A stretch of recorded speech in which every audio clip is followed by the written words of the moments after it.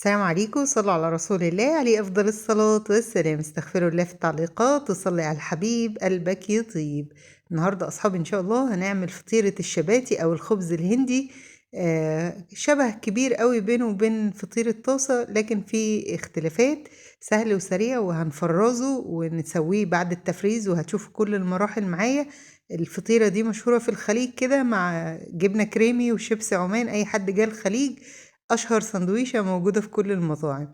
بس لو كنت أول مرة بتشرفونا، اشتركوا وفعلوا الجرس واكتبوا لنا كومنت حلو، خلونا نرحب بيكم. ودعمونا كده باللايكات والكومنتات الحلوة. خلونا نسمي بسم الله ونبدأ الفيديو. سمينا بسم الله أصحابي. أنا هشتغل على نص كيلو من الطحين اللي هو 4 أكواب معيارية. هنزل ببيضة. اللي ما يريد البيضة يقدر يستغنى عنها، مفيش مشكلة. احنا كنا عملنا قبل كده في القناة بدون بيض، مفيش مشكلة. وهنزل بحليب واكمل بمية. طبعا في المطاعم الهندي او كده ما بيعجنوش بالحليب ولا ببيض، بيعجنوا بمية طحين ومية فقط يعني. بس احنا طبعا بنعمل حاجة في البيت فبنزود القيمة الغذائية. طبعا حطيت رشة ملح ورشة سكر، وزي ما انتوا شايفين نزلت بعدين بالمية تدريجيا حتى اعجن العجينة. والعجينة دي لازم تبقى متماسكة، لان احنا هنريحها، هي مفيهاش اي خميرة ولا بيكنج باودر. لازم هتتريح، هنريحها. وكل ما ريحناها هتبدأ بقى تنعم وتدلك نفسها. يعني احنا بس مجرد نجمع العجينة والعجينة تبقى ناشفة كده وجامدة، وهي بقى لما تريح هتلاقوها نعمت خالص وبقت مثل الملبن بالظبط. طبعا كل ما تسيبي العجينة تريح كل ما تديكي نتيجة، يعني من 3 ل 4 ساعات اوكي، اقل حاجة نص ساعة. انا صراحة مش هكدب عليكم، العجينة دي انا عملتها بالليل وسبتها تريح في التلاجة طول الليل، لان انا كنت يعني كان عندي شغل في المطبخ كتير فما قدرتش اقف اكمل وصفة الخبز. فبالتالي سبتها تريح طول الليل وطلعتها قبل ما هشتغل فيها بنص ساعة، خدت درجة حرارة الغرفة. وقسمتها كرات. طبعا حجم الأرغفة أو حجم الفطيرة أو الخبز انتوا بتتحكموا فيها. لو كبيرة ممكن تعملوها لحد 150 و200 جرام. لو عايزينها متوسطة ممكن تعمليها 100 جرام تبقى حلوة جدا. بناخد طبعا بنخليه برضو يريح 10 دقايق. الخبز او العجين اللي ما فيهوش خميرة يعني او مواد رافعة بيحتاج ان هو يرتاح كويس جدا عشان العجينة تفرد معاكي وما تقطعش. وبنفردها على طحين، فردتها دايرة، ولازم تفردوها دايرة رقيقة، لأن كل ما رقينا العجين كل ما هيدينا توريق وطبقات داخل الفطيرة. هنا بقى المادة الدهنية. المطاعم بيعملوه بالزيت فقط، وهو الأصل بتاعه بزيت. في ناس في بعض الوصفات والشيفات الهنديين في ناس بيستخدموا زبدة وفي ناس بيستخدموا سمنة، وأنا بقى عملت الميكس ما بين الاتنين. حطيت زبدة وحطيت زيت، الكميات متساوية، يعني ربع زبدة مع ربع كوباية زيت. وزي ما انتوا شايفين الفطيرة ما بتاخدش إلا معلقة واحدة فقط، معلقة يعني أقل، يعني تعتبر نص معلقة كبيرة أو معلقة صغيرة أهو. وفردت المعلقة بتاعت المادة الدهنية بتاعتي اللي هي الزيت مع الزبدة على وش الفطيرة، وبدي رشة طحين ما بين الأصابع بس، عشان ده اللي هيفصل لي ويورق لي الفطيرة بعد كده أو الخبزة لما نيجي نسويها. عملت فتحة من منتصف الدايرة، وبنبدأ نلفها زي كون أو الشكل المخروطي زي ما انتوا شايفين اهو. بنمسكها وبنلف اهو، عطتني شبه الكون بالظبط. بنبدأ بقى ناخد الطبقات اللي احنا عملناها دي ونفتحها كأنها وردة بالظبط اهي. يعني بيتهيألي الموضوع مش عايز شرح اكتر، الصورة موضحة.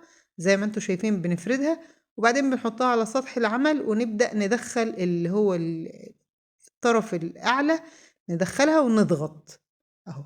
ده اللي هيديني شكل الفطيرة المورقة زي ما شفتوها معايا في أول الفيديو اهو، بهذا الشكل ممتاز. هبدأ برضو أحطها أصحابي على الصينية، وأفرد واحدة تانية بنفس الطريقة. بنفردها دايرة، نرقق العجينة وبنفس الطريقة فردتهم كلهم زي ما انتوا شايفين. هنا برضو عشان انا مستخدمة زبدة او لو انت عايزة تستخدمي سمنة لازم ادخلهم يريحوا، عشان الجو حر هدخلهم يريحوا في الفريزر 10 دقايق.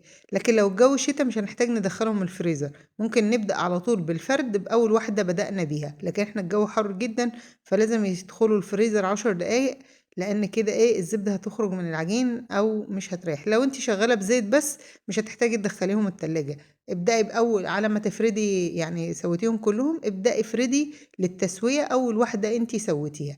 لو انتوا طبعا زي ما انتوا شايفين بناخدها بنفردها بسمك متوسط، يعني ما نرققهاش قوي وما نخليهاش تخينة قوي، يعني تكون سمك نص سنتي كده.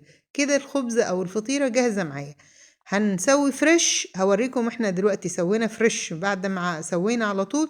لو انت هتفرزي هبدأ احطهم على طبق، واحط ما بين كل خبزة او فطيرة وفطيرة، احط ما بينهم ورقة زبدة او بلاستيك راب. هوريكم البلاستيك راب برضو انا استخدمته عشان الناس اللي مش متوفر عندها ورق الزبدة.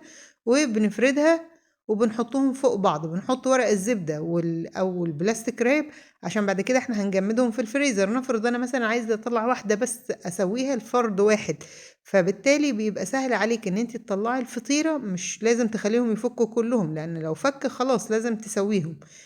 فاهو زي ما انتوا شايفين ببطط، وبعدين ببدأ افرد الفطاير زي ما انتوا شايفين اهو بشكل دائري. هنا بقى في المرحلة دي ما بنحطش لا طحين ولا زيت ولا اي حاجة. واروح برضو اهو ورقة الزبدة ما بينهم. انا فردت اكتر من واحدة قدامكم عشان تشوفوا، عشان الناس اللي بيبقى ما عندهاش خبرة وبتخاف من العجين وبتخاف من الفطاير، هي سهلة جدا. هي العملية عايزة محتاج بس ممارسة. تمارسي الحاجة هتلاقيها يعني زي الحلاوة في ايدك على طول، يعني مش هتستصعبيها ولا اي حاجة. لو اخترتوا المكونات صح، طحين يكون عنده جودة، المواد اللي بتستخدميها ذات جودة، هتلاقي المنتج أحلى من المطاعم. المطاعم بيستخدموا أرخص حاجة عشان يقللوا التكلفة. هنا أصحابي زي ما انتوا شايفين هدخلهم الفريزر لمدة ليلة وبعدين أطلعهم. هيبقى سهل ان انتي تحطيهم واحدة واحدة في قلب الكيس، وما بينهم ورقة البلاستيك راب أحفظهم كلهم زي الشكل ده، أحطهم في الكيس البلاستيكي، ومحتاجة واحدة بس أهو زي الحجر بتبقى طالعة. وبتبقى سهلة جدا، بنشيل الورق البلاستيكي او البلاستيك راب وبتفصلها بمنتهى السهولة. هسوي معاكم واحدة فروزن واسوي معاكم واحدة فريش ونشوف. ما بتاخدش اي ثواني، المقلاية تبقى سخنة بننزلها على طول. وكل محتاج زي فكرة فطير الطاسة، محتاج بس كل ثواني نقلبها، ثواني تقلبيها عشان تاخد تسوية وتحميرة من نفس الواحد. وشايفين انا بضغط عليها بالسباتولا بتنفخ لان ده نتيجة التوريق اهو، وحتى تاخد معانا اللون الذهبي الحلو. ودي الفريش اهي، وبنحط معلقة زيت، معلقة زبدة، معلقة سمنة. دي اللي هي الفريش اللي انا اول ما عجنت العجينة في نفس اليوم سويتها. بينتفخ وطري ومورق. وطبعا قلت لكم المطاعم اصلا بتشتغل بزيت، فالمادة الدهنية براحتكم. شايفين بقى مورق من داخل، طري ورطب وكله طبقات. واشهر سندويشه قلت لكم اللي بتتعمل علينا بالخبز الجبنه الكريمي وتحط فيها شيبس عمان.